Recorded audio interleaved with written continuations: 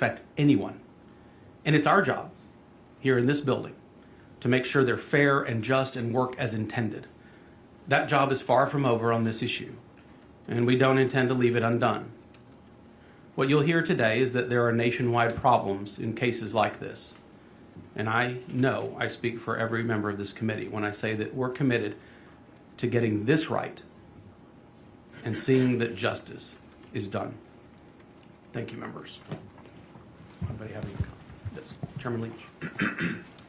Thank you, Chairman Moody. Well said. Appreciate your able leadership of our committee over the past session and during the interim, especially over the past few months as we've dealt with this case and the unprecedented issues that have been in front of our committee and the unprecedented actions that we have together taken. I want to just very briefly speak to my House colleagues, not only who are here present on our committee dais today, but those who might be tuned in and those who otherwise are paying attention and who care about the integrity and the independence of the Texas House and the Texas legislature. I want to speak to colleagues that agree with the stance that our committee has taken, the unprecedented actions that our committee has taken over the past couple months on this case, and those that strongly disagree on this case. I'm speaking to both groups right now. I believe very strongly that all of us should be shocked and alarmed and very concerned with what's happening right now in this case and between this committee and the Office of the Attorney General. What the Attorney General filed last night was, as shocking as it was not unexpected.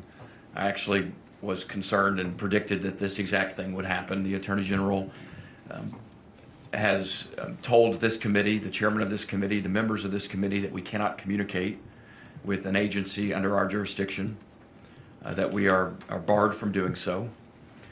They have made the subpoena that we have legally issued as a committee that we voted on and that we have constitutionally and procedurally done correctly. They have made it impossible for anyone to comply with.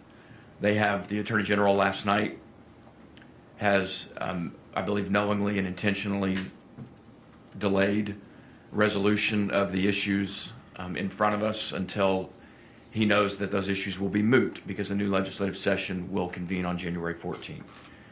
He just happens to be out of the country until January 13th and has asked for the court in which he has filed his motion for protective order in to not take this matter up until January 13th at the earliest. We all see this for what it is, and as I said, as shocking as it is and alarming as it is, it's not surprising. The Attorney General has never, to my knowledge, appeared personally and argued a case on behalf of the Attorney General's office. He has plentiful lawyers who can and regularly do that for him.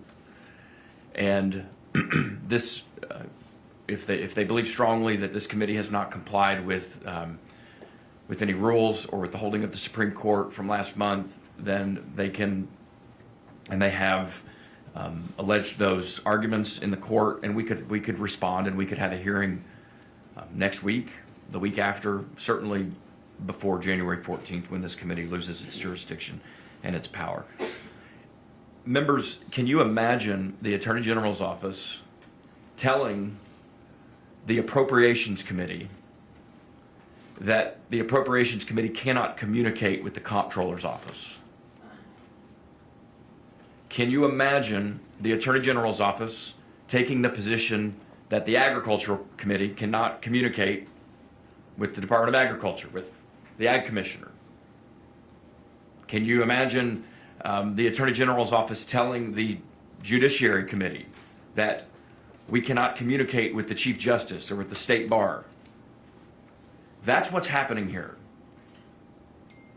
That's exactly what is happening here. The Attorney General telling a standing committee of the Texas House that we cannot communicate with the Texas Department of Criminal Justice.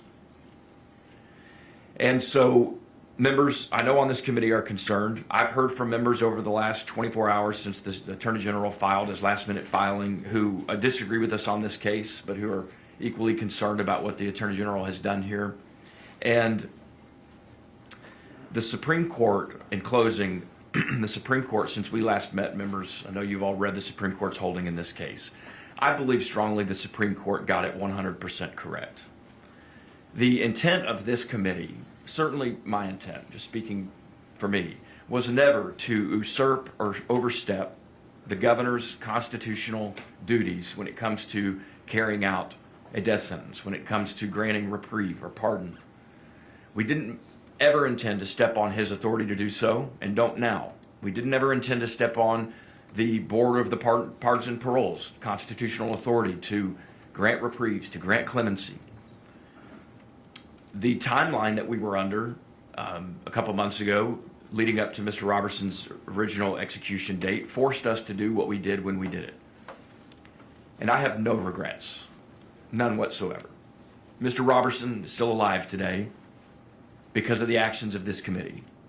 And the Supreme Court, in its holding, got everything 100% correct, including, most importantly, their directive that the executive agencies, the executive branch, should and is expected to work with the legislature to help us achieve our core functions. And right now, because of the Office of the Attorney General, we are prevented from doing so. Mr. Chairman, I want to thank you again for your able leadership, for your steady hand and your bold leadership, and members of this committee. I have been so grateful to be locked in arms with you in this important cause, and I don't, as I've said publicly many times, I don't intend to relent at all until truth and justice are secured for Mr. Roberson. Thank you, Mr. Chairman. Thank you, Mr. Chairman. Mr. Harrison. Thank you, Mr. Chairman, and thank you for everybody who's taken the time out of the holiday season to be here today for such an incredibly important and consequential matter. There is nothing more important in this committee, which is a committee of the legislative branch in the state of Texas, and I'll be really clear at the top. It is the legislative branch in the state of Texas that writes the laws in this state. It is only the legislative branch that writes the laws in this state, and it is the legislative branch in this state that gets to determine whether our laws are being faithfully adhered to or not.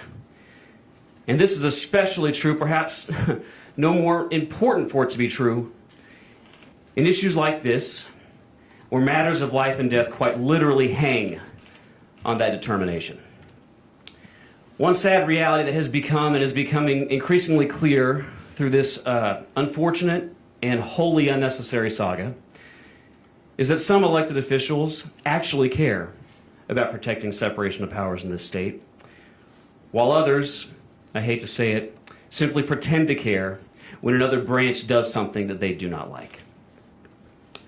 I am extraordinarily concerned about the potential precedent that is being set by the actions over the past few hours, in that it appears that at any time the executive branch does not somebody want to testify or to comply with a valid and lawfully issued legislative subpoena, they can simply assert that somebody is on vacation.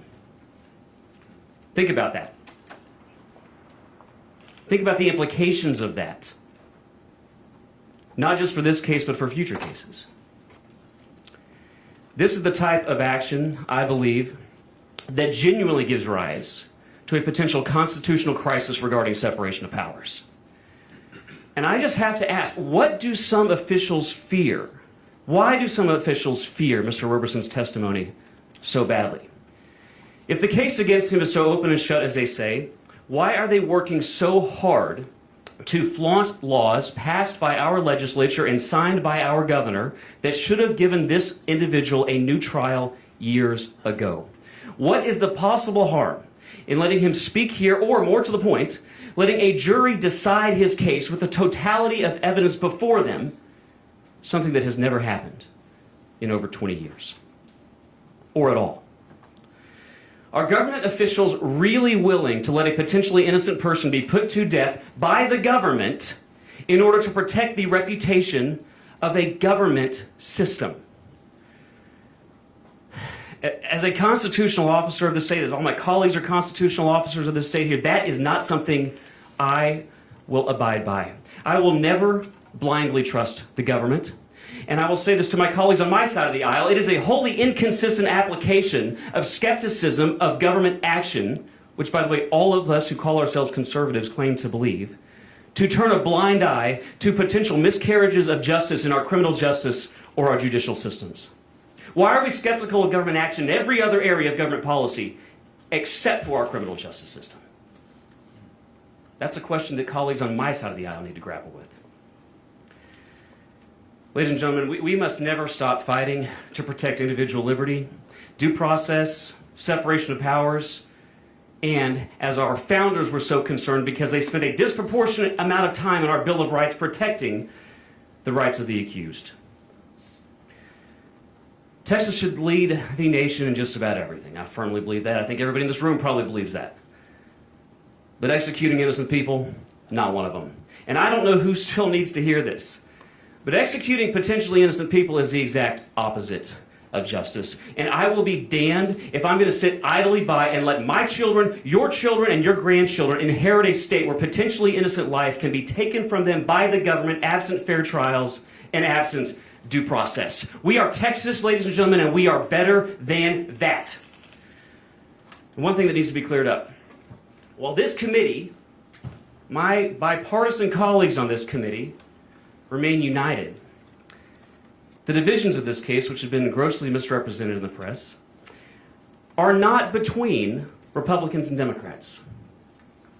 They are not between supporters of the death penalty like myself or opponents of the death penalty.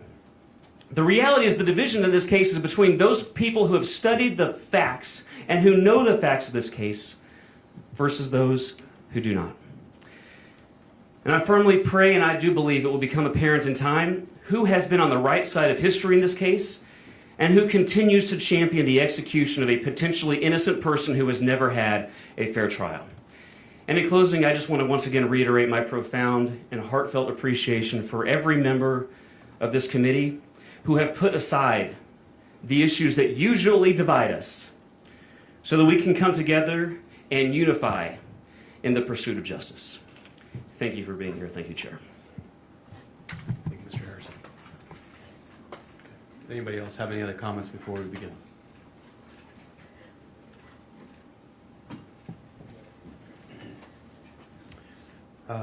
This time the chair calls Josh Burns.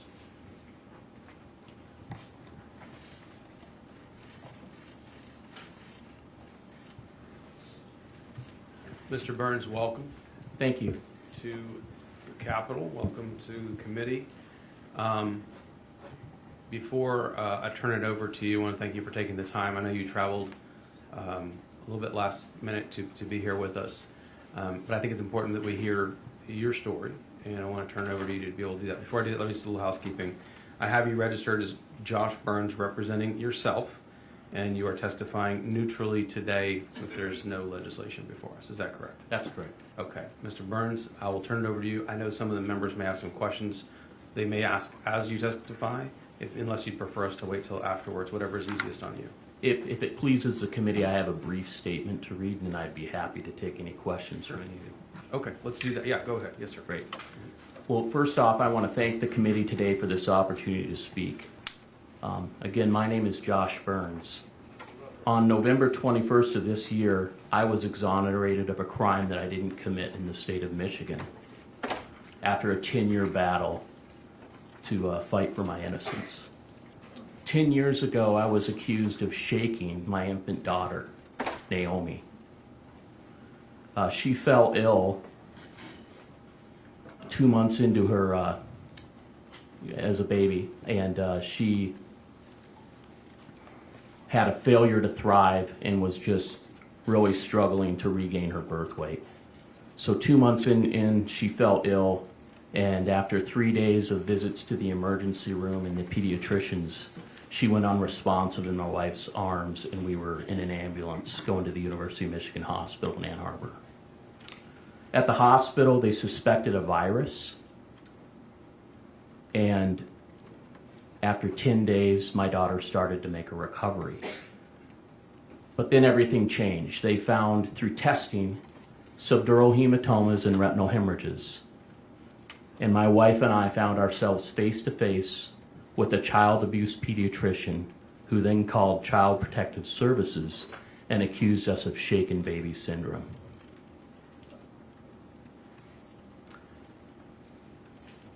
So over the course of 7 months, my daughter was taken from our custody, put in foster care with strangers that we didn't know. My wife got 3 one-hour visits a week with our daughter, and I was not allowed to see her.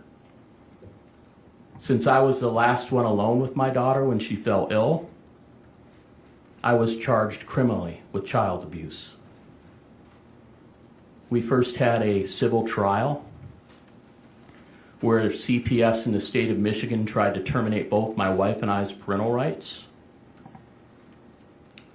After the civil trial, my wife was able to get our daughter home, and I was given 1 hour to pack all my belongings and move out of our family home because I was facing a criminal trial. During the criminal trial, I watched in horror as the prosecutor was allowed to keep from the jury new scientific research, peer-reviewed medical articles that have challenged the legitimacy of shaken baby syndrome. I was convicted and sentenced to 1 year in jail with 2 years probation.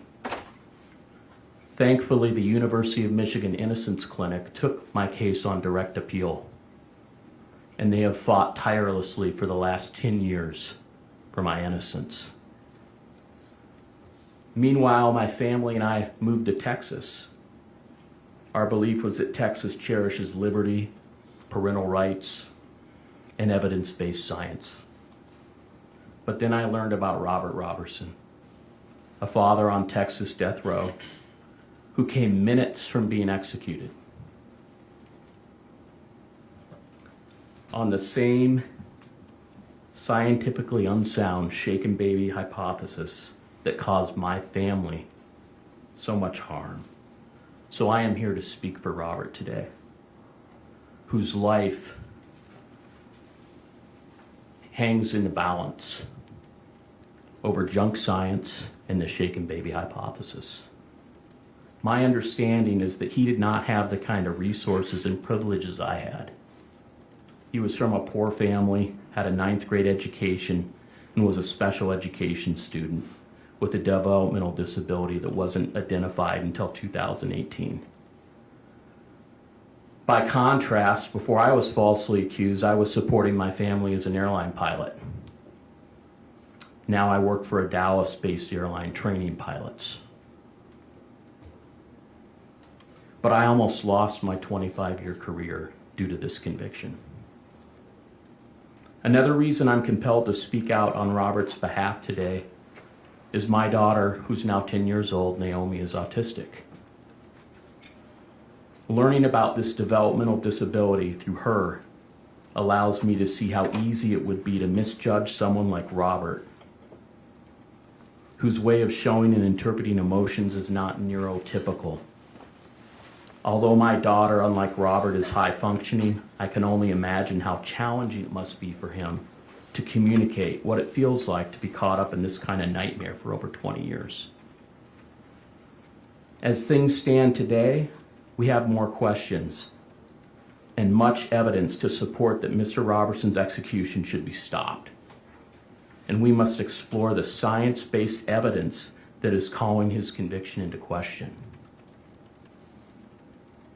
I still believe that the great state of Texas is a beacon of liberty. I think Texas has a reputation of being tough on crime, and I think that is good. But we must be smart on crime. And what that means, being smart on crime, means we follow science-based evidence wherever it leads, even if it means we are wrong, especially if it means we are wrong. To play fast and loose with a man's life is despicable behavior, and I'm speaking directly to the Attorney General when I say that.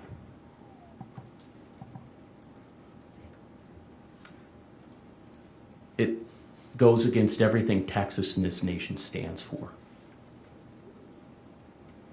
I have followed so many cases around this nation.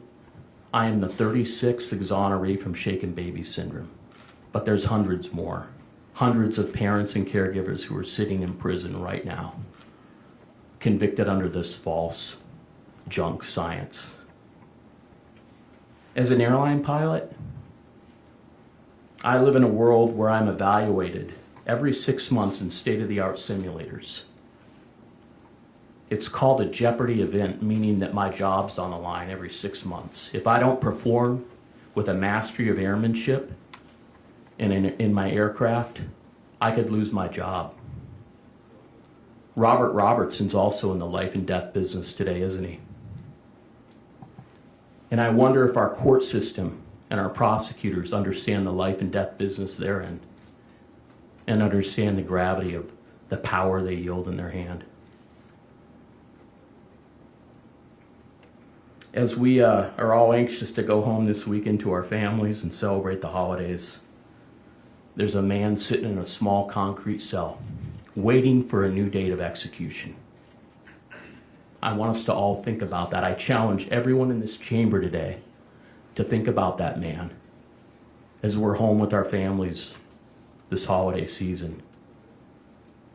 Let's think about the reasonable doubt and all the evidence, at the very least, that should lead to a pause of execution and lead to seeking the truth wherever it leads. Thank you. Mr. Burns, thank you very much. I do have a few questions I want to follow up with You bet. on, and I know some of my colleagues might as well. You mentioned that the Innocence Project there in Michigan took on your case, That's correct. and they went through the appellate process. It did. Okay, and were any of those appeals successful? None of them. So what unlocked the door to your freedom? Actually, well, you served your time, right? You served the whole year I served my whole year and 2 years probation. and had to comply with all the terms. I did. You're in prison. You're in prison. I know a lot of people will say, "Oh, well, it was a 10-year maximum sentence for that crime. He got off pretty light." Tell me about 1 year in prison. It was terrible. It was a horrible experience.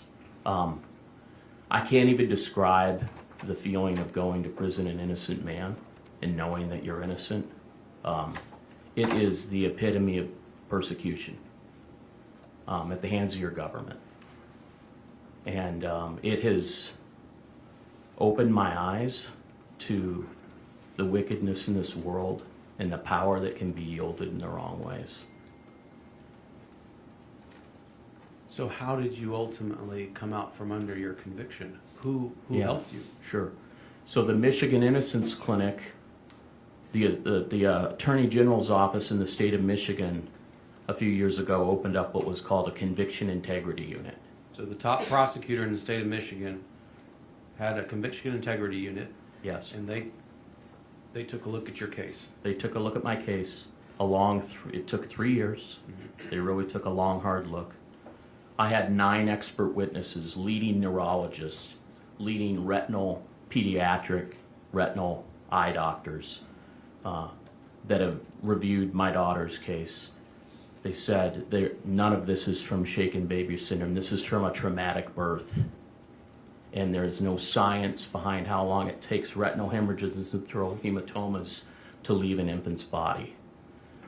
So there was enough reasonable doubt there to overturn my conviction. So the Attorney General's office led, along with the Innocence Project in Correct. Michigan, They led the fight. led the fight to make sure that justice was carried out in your case. Yes. You know, I know, when I served my time as a prosecutor, that's part of the oath you take, to see that justice is done. I'm glad that the Attorney General in Michigan saw that that was their duty as well, to make sure that, to ensure that justice is ferreted out, and if there's a mistake, to rectify it. So I'm grateful for that. Was there anything in the process that looks like junk science relief? You've read about the stuff in Robert's case, and I have. Article 11073 is what we're trying to kind of dig into. And just, is there anything anything analogous to that, or what are some of the, and I know you're not a lawyer, but as you went through that process, was there some relief that looked like kind of what we have here in Texas, or anything to that? There's no junk science bill or anything on the books in Michigan in that way. There are many pathologists, doctors who are still brave enough to testify against the shaken baby industrial complex. That's what I'll call it. Anyone who comes up against this group is threatened. Their legal licenses come under. I mean, it's a cabal.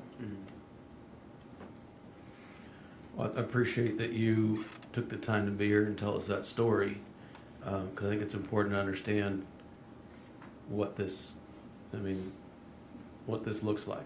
Yes. So someone who's been through the entirety of it and proclaimed your innocence the entire time, is my understanding, correct? Any time in that process that you felt beaten down and just wanted to give up and just say you did something you didn't do? Absolutely. You know, it was, my wife was approached early on in the case, and they said, testify against your husband and divorce him and we'll give you the baby. Wickedness. I've been married to my wife for 18 years.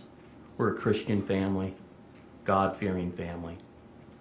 And we weren't willing to compromise the truth. I was given plea deals that I wouldn't take for a misdemeanor. 3 months in jail, I wouldn't take it. But yeah, there were many times where I felt like giving up. And I can't even imagine someone like Robert, with the lack of resources he had, having to go into that fight. I had several expert witnesses. I had a $300,000 legal bill at the end of this to get my daughter home. I came up with $50,000 of it out of my 401k. Church family members, and complete strangers paid the rest. We owe nothing. Robert didn't get that. Thank you for sharing that. Members, do you have any questions? I'll go down the list here. Questions, please, Mr. Harrison. Thank you, Mr. Burns, for being here, taking time out of your schedule around the holiday time to be here. I think in addition to saying thank you, even though I don't speak for anybody in the government of Michigan, I feel compelled to say I'm sorry that you and your family endured that. It's not right, and it's not just. But if I heard your testimony correctly, it sounds like you are representing that this injustice has befallen many people, not just in Michigan, not just in Texas. How many people do you think might be sitting in similar situations to ones like you sat in? Hundreds. Hundreds.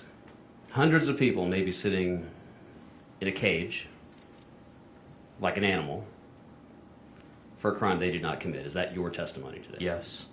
How confident are you in that? I'm very confident in that. I have access to many innocent groups, listservs, National Registry of Exonerees, and then people that are still fighting for their innocence. So I can confidently tell you hundreds. And I know this is a painful topic for me to ask you a couple questions along the lines where I'd like to go, having heard your testimony, just scribbling down a couple notes here. I know it's tough, but I don't think you wouldn't be here if you didn't think this was important. And a lot of people get confused in this case. They see headlines and allegations and just awful sounding words, legal jargon. And can we just bring this back home for a minute and just, we're all human beings, and you're a human being, and your wife, your daughter. Tell us a little about the impact on you and your wife's emotions upon learning about you had a child that had illnesses. That must have been very difficult. Talk about how just the baseline level of struggles you and your family were undergoing, and then layer on top of that what it was like. Take us inside behind your eyes when you learned that not only were you struggling with an infirm daughter at the time, but that you were going to be accused by your government of being the cause of it. What was that like for you? I felt completely betrayed. Betrayed by who? By the system, by medical doctors who took an oath to do first, do no harm. I felt betrayed by my government, my country. I lost my job because of this. All the seniority I had at the airline I was flying for at the time, I lost all that. Had you had any history of things like this that might lead somebody to reasonably believe you would harm a child? No. Did you believe once you first realized that because of this, you know, the child abuse pediatrician that for whatever reason was interacting with your daughter, and you became aware at some point that they were zeroing in on you, did you believe that as an American citizen you would be charged of a crime like this? No, You did not believe it. I didn't. I was naive to it. When this first all happened, I thought, well, we just need to cooperate and straighten out a big misunderstanding. And then as we got into it further and further, I actually asked the child abuse pediatrician, do I need an attorney? And I can tell you something very egregious about these child abuse pediatricians. They don't treat children. They investigate. They do investigative interviews and contact investigative agencies, child protective services, police departments.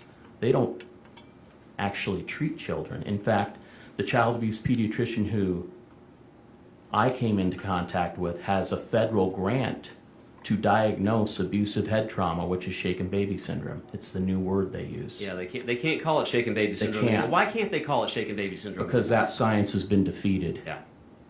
Could that explain why the Office of the Attorney General refuses to refer to Mr. Roberson's case any longer as a shaken baby case? Absolutely. You were shocked to learn you were charged. Did you ever believe, as an upstanding citizen who loved their daughter, and to be very clear to everybody, the government, no government at any point, at any level, is maintaining the accusation that you harmed your daughter. Is that correct? Correct. Okay. So this is not my opinion up here. This is the official position of governments at all levels in the state of Michigan. How shocked were you when you went through the trial and found yourself convicted of a crime you didn't commit? It was very shocking, very tough to describe, especially as I awaited sentencing. They were still harassing my family. My wife and daughter had to leave the state of Michigan because they were still, CPS was still trying to enter the home and, you know, see my wife and daughter. So it was a horrible time. I was awaiting sentencing, not knowing I was facing 10 years. Having to have conversations with my wife like, hey, you've got the baby, you've got our baby girl, whatever you got to do. I might be going away for a long time. You might need to just divorce me and get me out of your life, because I went into jail still facing a parental rights hearing. They still were full speed ahead trying to terminate my parental rights. I had a parental rights hearing for termination while I was incarcerated. And you were in prison for a total of a year. You got convicted, sentenced for a year. It's hard to imagine, it's hard for me to ask the question, but how would you extrapolate that if somebody was in your situation but was convicted of the same crime, the same theory, shaken baby hypothesis, but ended up spending over 20 years in almost exclusively solitary confinement? What would you say to that individual? What would you say to people listening to you right now, contemplating, grappling with that type of reality? I would say what you said first. I would say I'm so sorry that this has happened to them, but don't give up the fight. So I want to pick up on that, because as I've discussed this case with people, not just across Texas, but all across the country, who are shocked when they start digging into this, I hear people say, when they're really perplexed by the actions that have been taken up here. And I've tried to make the point that, like our founders, they spent a lot of time on the rights of the accused and the Bill of Rights. Just go read the Bill of Rights. That was very important to them. One thing that I've heard repeatedly is that these are, maybe somebody didn't commit murder, but if you're on death row, if you're convicted of murder, at a bare minimum, you're a horrible person, and this type of thing could never happen to me. So why should I concern myself with it? What would you say to somebody who disagrees vehemently with the actions of this committee? And one of the reasons is they believe they are upstanding citizens. They don't have rap sheets. And that the government could never falsely convict them of any crime. So what consequence is it to them? What would you say to somebody who says things like that?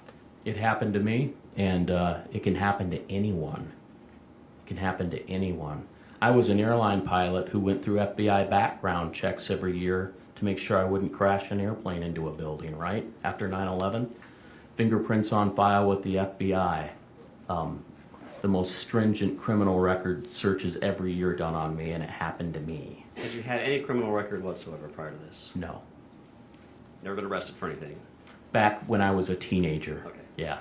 But I am very familiar with FAA regulations. Yes. And the strenuous security, especially in a heightened post 9/11 environment that airlines and airline pilots are subjected to. One thing real quick, you've mentioned some of the similarities and differences. You followed the Roberson case at least a little bit, is that Yes, correct? as much as possible. Right. Some of the things you mentioned, it appears, similar in comparing and contrasting this, it appears you had the public largely behind you. I did. That has not been the case in Mr. Roberson's case. You, I would assume, are a respected member of your community, a professional, an airline pilot, somebody who literally has hundreds of lives placed in the palm of your hand on a daily basis. You're educated. You had means. I just heard it in your testimony. You had money.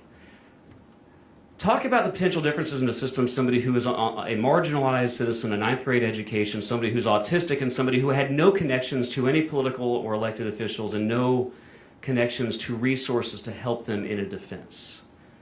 How do you think you're sitting here today and somebody in that type of situation, not necessarily him, but somebody like him, how could you see a justice system that's supposed to be blind, Lady Liberty is supposed to be blind, how could you see the potential disparities for somebody like you, accused of shaken baby syndrome, and somebody like him?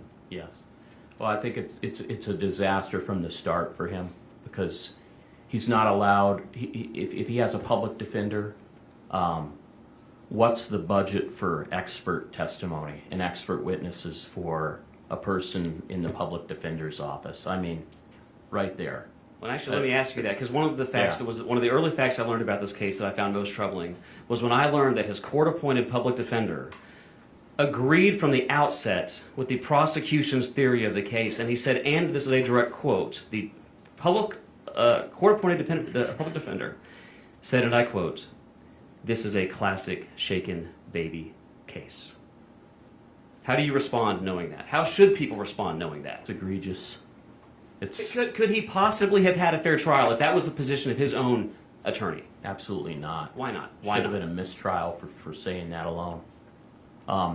Because that's just, that coming in with that bias, how can he get a proper defense under our Constitution? Talk about that, because you were accused of shaken baby syndrome. You mounted a defense. Yep. His attorney said this is a classic shaken baby case. So if that's true, that the defense attorney agrees with the prosecution's theory of the case, for people who don't understand the triad and the intricacies of shaken baby and what constitutes it, for people watching maybe at home, why is it impossible, and this is the position of our committee, why is it impossible for him to have had a fair trial?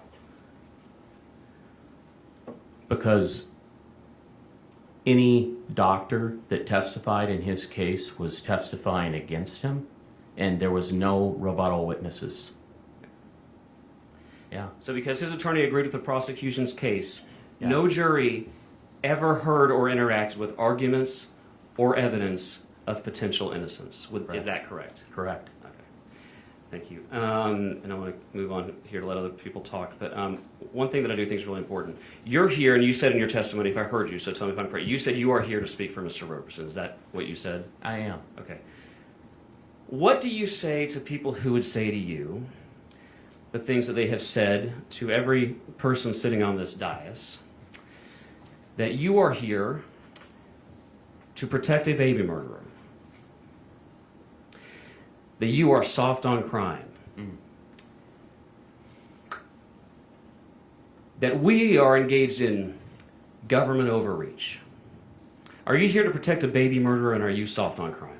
Neither, no. But what I am here for is encouraging our government and all people to follow evidence-based science.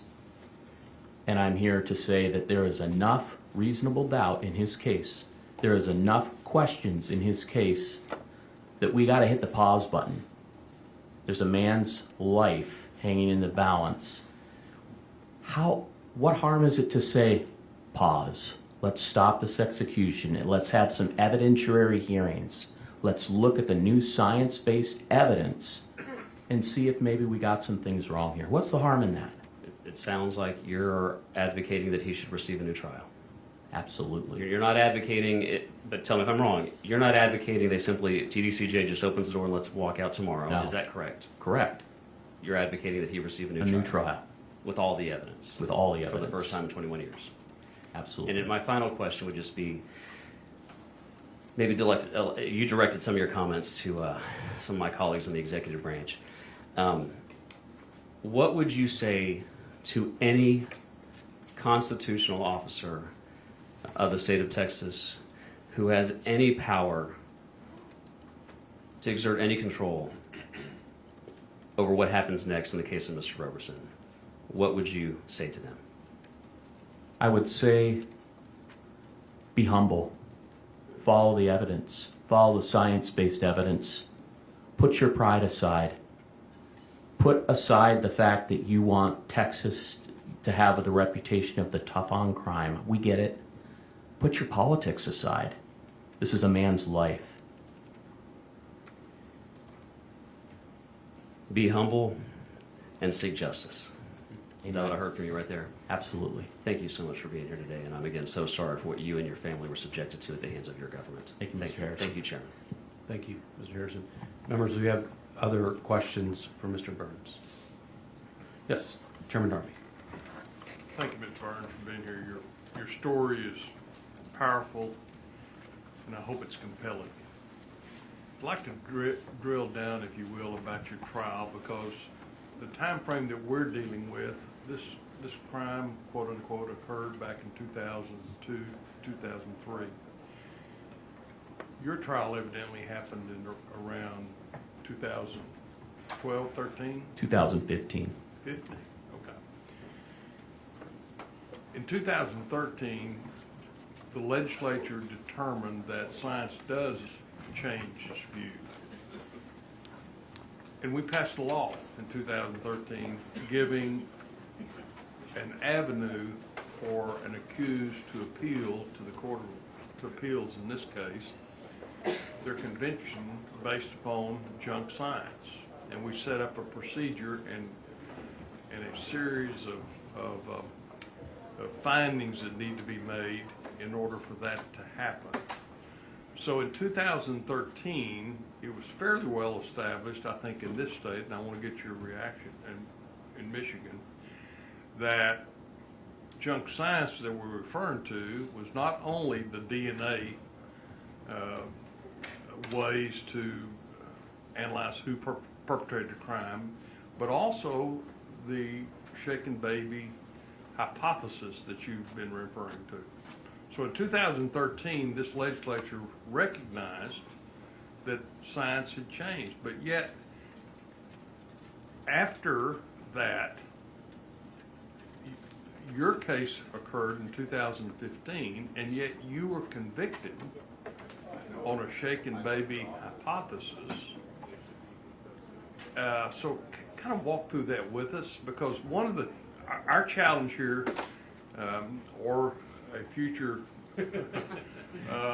committee in the legislature, is going to be tasked with finding out, is this statute that we passed in 13 and amended in 2015, did it go far enough, or was it clear enough? Did it give enough direction to the Court of Appeals to establish a real habeas procedure based upon changing scientific evidence? Mm-hmm. And so I'm curious to know, at a time and an era that, at least in Texas, we were recognizing that this hypothesis was no longer valid. Michigan charges you in 2015. So tell me, under what theory were you persecuted or tried for this crime and convicted of this crime? So, Mr. Darby, by then, they weren't calling it shaken baby syndrome anymore. They called it abusive head trauma. They just changed their terms. So, the doctor who accused me said that Well, no neck injuries are needed. The subdural hematomas and retinal hemorrhages are enough, but the biomechanical science has proven that to shake a baby, the force required to shake a baby, there are always neck injuries. There was a study done with crash test infant dummies where they had these huge college football players come in and shake the dummies as hard as they could. All of them had fractures. All of them. But we've got the other side here, the Child Abuse Pediatrician Committee saying, oh no, this could happen from throwing a baby into a soft surface. And then they'll say right out of the other side of their mouth is, oh no, a short fall couldn't cause these injuries. It's just talking in circles. None of it makes any sense. It defies logic. Well, clearly, you were tried under alternatively named hypothesis on what caused your infant daughter's injuries. And then followed on through to the Michigan Attorney General and the Innocence Project there, ultimately getting you exonerated. Was there a change in view on that abusive head trauma? It is Injury that gave those officials pause for concern that would indicate that you were indeed innocent and thereby should be exonerated from that crime? These cases are slowly collapsing as people look at evidence-based science. The Attorney General's office looked at 8 expert reports that were written when they reviewed my daughter Naomi's records. All 8 reports were saying this was from birth trauma. So all of that was taken into consideration. There was also, when we came face to face with this child abuse pediatrician, we demanded a second opinion, that she get a second opinion. She reached out to a leading retinal eye expert in Philadelphia, and my daughter had a condition called thrombocytosis, and there was an email chain that we got through discovery that this pediatrician tried to cover up that revealed that with my daughter's thrombocytosis, it threw all the retinal images into question for shaken baby syndrome or abusive head trauma. Okay. So this evolving science, in the end, was able to exonerate you from the charge? Yes. Going back to Representative Harrison's question, the original trial, I didn't make this count, but a witness that testified before us said that shaken baby syndrome was mentioned over 45 times in the trial. Now, they didn't mention it in your case. They mentioned abusive head trauma.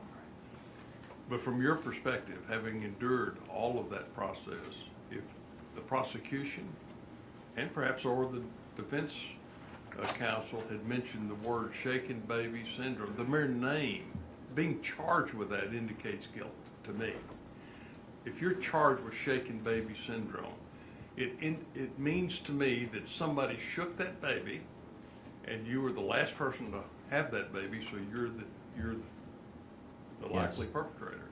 The prosecutor said in my case, something happened to this baby, so you must convict. Something happened?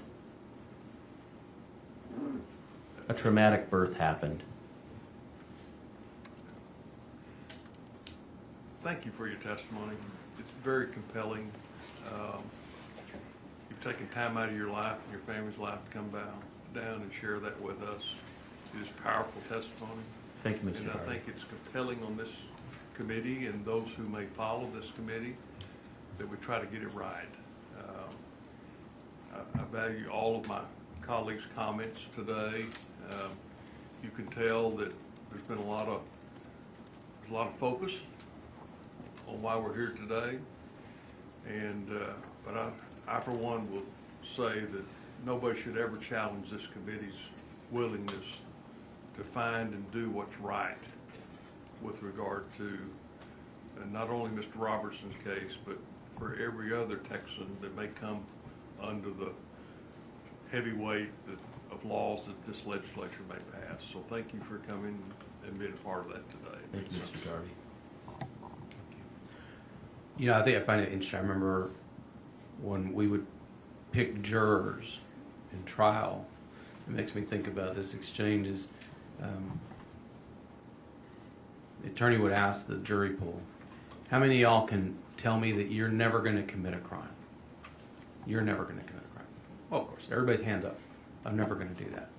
Absolutely. I'm law abiding. Okay. Everybody hold your hand up if you can promise me that you'll never be accused of a crime. So just understand that is, and Mr. Harrison references, that is why the founders spent an enormous amount of time on the rights of the accused. It's why a committee like this is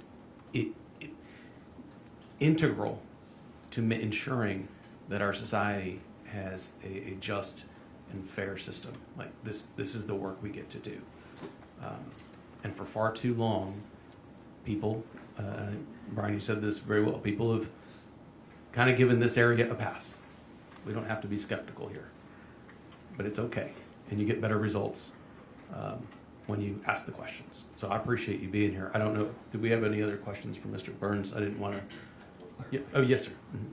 Thanks, sir. Just one clarifying thing to pick up something you said to Representative Darby during his exchange with you that I think is so important. And you sort of, as somebody who is, for better or for worse, you have lived with shaken baby syndrome / abusive head trauma for years. And when I heard you say it, I know the import was apparent to you, but I fear you might have glossed over it so quickly when you said it. And that deals with the vernacular. Okay, you were charged under abusive head trauma.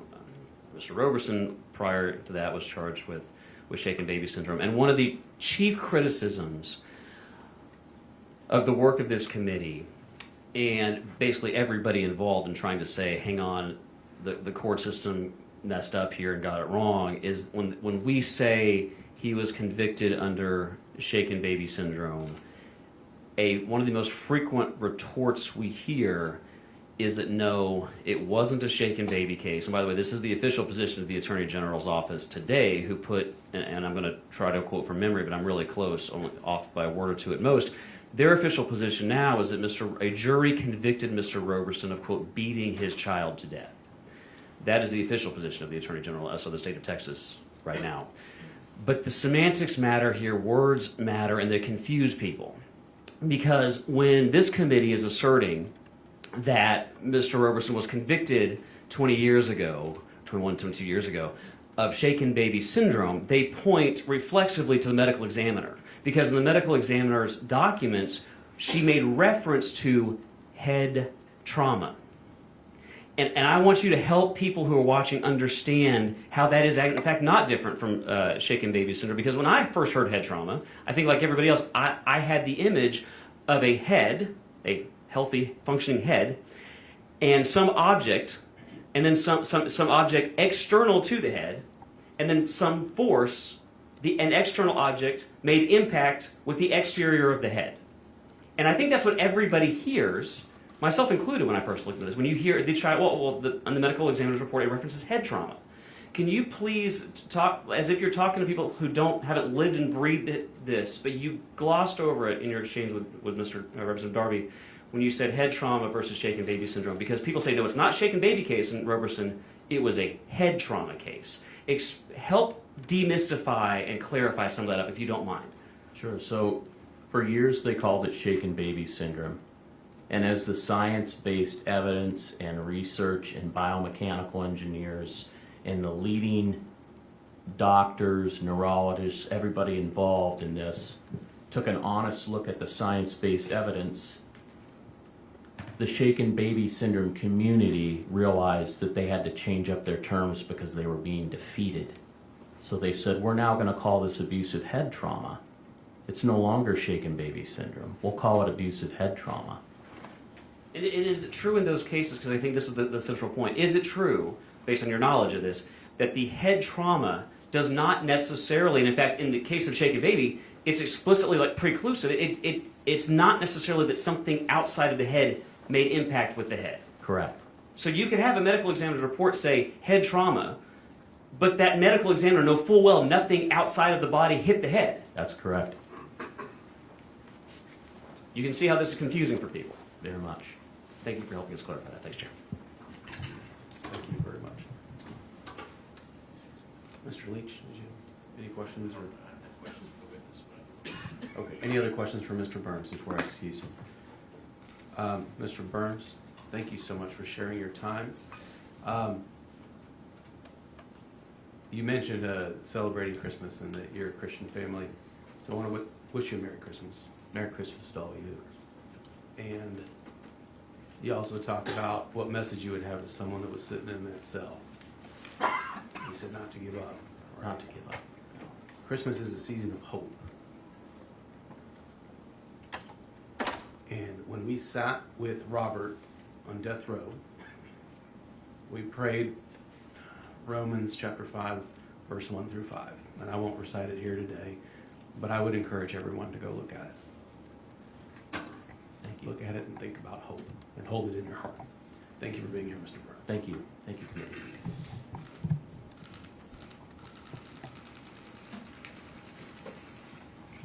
Yes. We do not, hold on one second.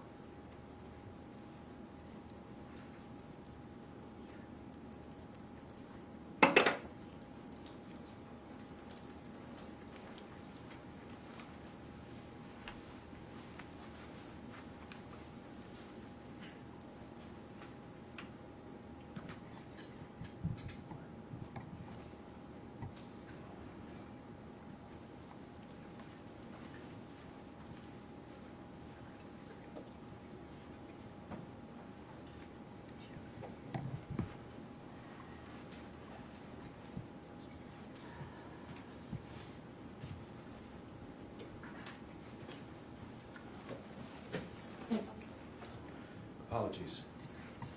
Trying to navigating a space in which a state agency doesn't comply with the government code creates a few complications, and so wanted to just make sure this is the time that I would call Mr. Roberson. He was duly served, legally served. Obviously, he wasn't able to register, and so this is when I would have called him to testify, but I don't have a registration for him as he was prevented from being here. Mr. Leach. Thank you, Chairman. Before we adjourn, I want to ask a couple questions for the record. I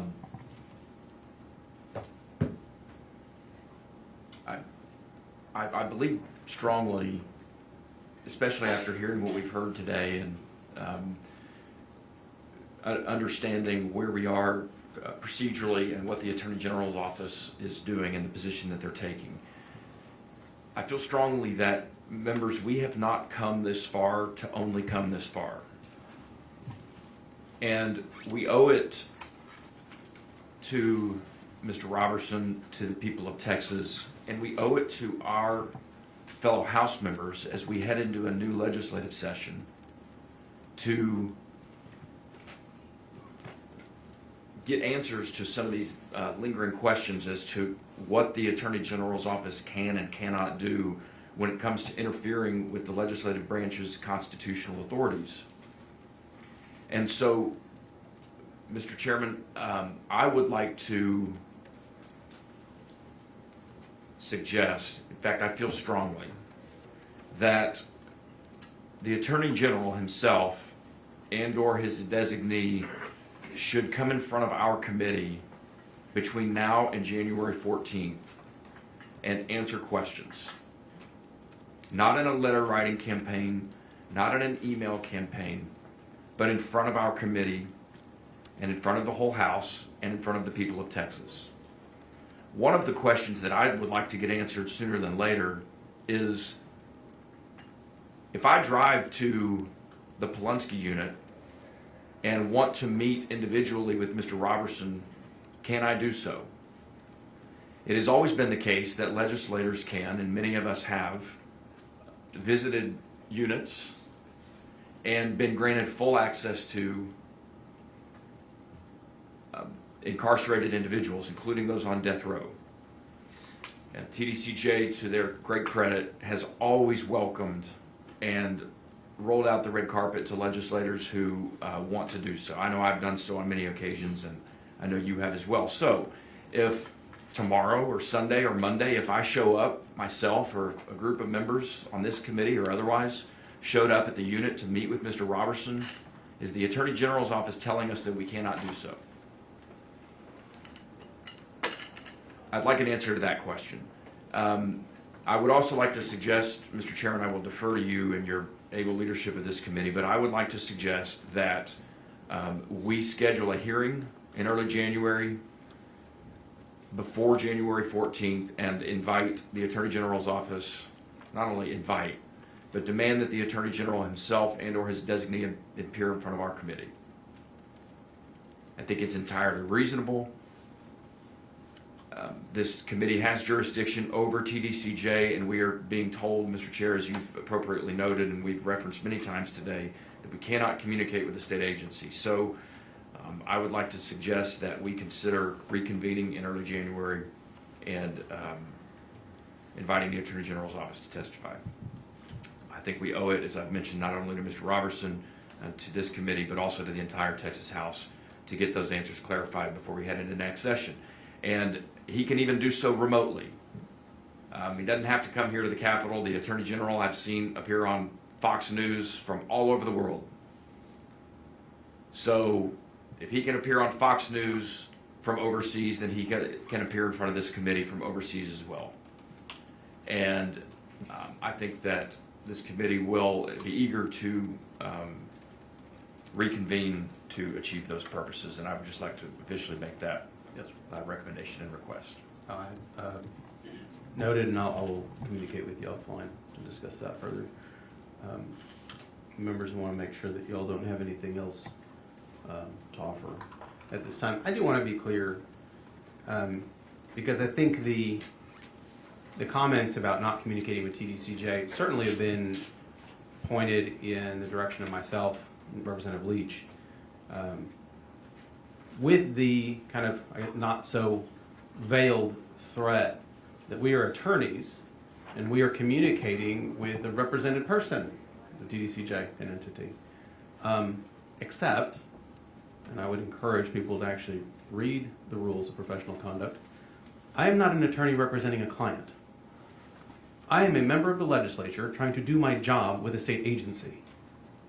So the threats need to end and the cooperation needs to begin. That is how we do our job. It is what the people of Texas expect us to do.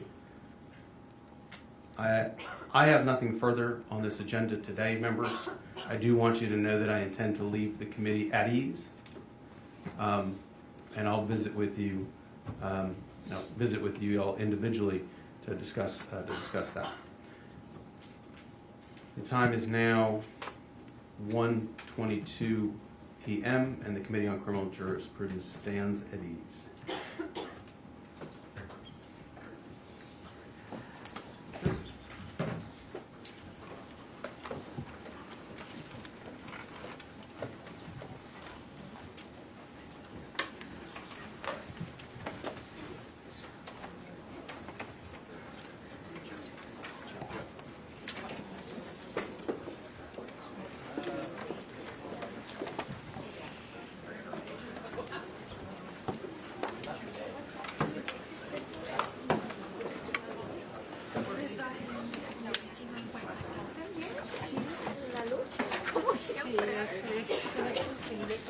Sí, me quité todo.